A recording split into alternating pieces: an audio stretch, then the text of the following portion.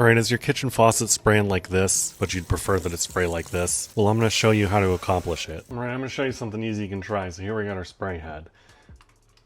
I'm just going to go ahead and unscrew the spray head from here.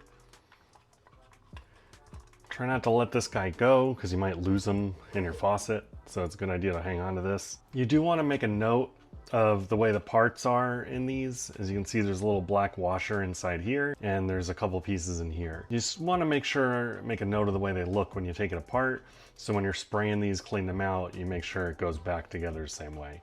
You don't want to lose this little black washer down your disposal or something. So in your case, you might want to block a drain or do it over a tub or something. Just make sure you don't lose anything. But a lot of times it'll be clogged just right in here. So what you're going to do is you just kind of take a screwdriver or a pick or something and just kind of carefully kind of scrape in here, scrape it all up and get out any debris that's in there. Then you're going to go ahead and turn the faucet on carefully. Don't let water get too crazy, and just kind of use it to kind of just rinse out inside of here. You might have to spray a little harder, a little softer. Make sure you don't lose anything. As you can see, this fell out, so I'm just going to go ahead and throw it back in there. Go ahead and turn the faucet off. As you can see, there's actually some debris right in here. So I'm going to use my screwdriver and just kind of clear that out. I could grab a pick or something too, but I think I'm going to be able to get it with the screwdriver. So you see it looks a little better already. Actually, I'm going to clean it up a little more.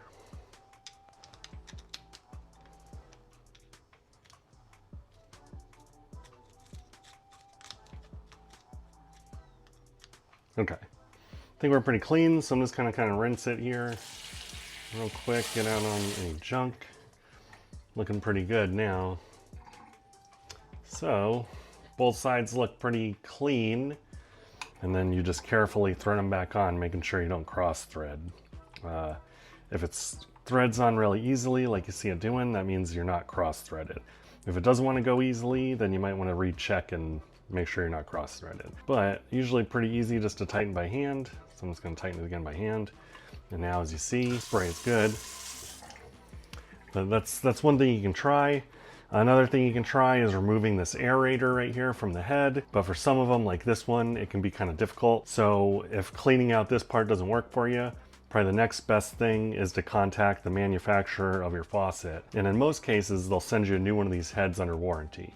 This is a Moen faucet, so typically you just give them a call or an email, send them a picture of your faucet, and they'll send you a new head. If you found this helpful, please like and comment, and we'll see you next time.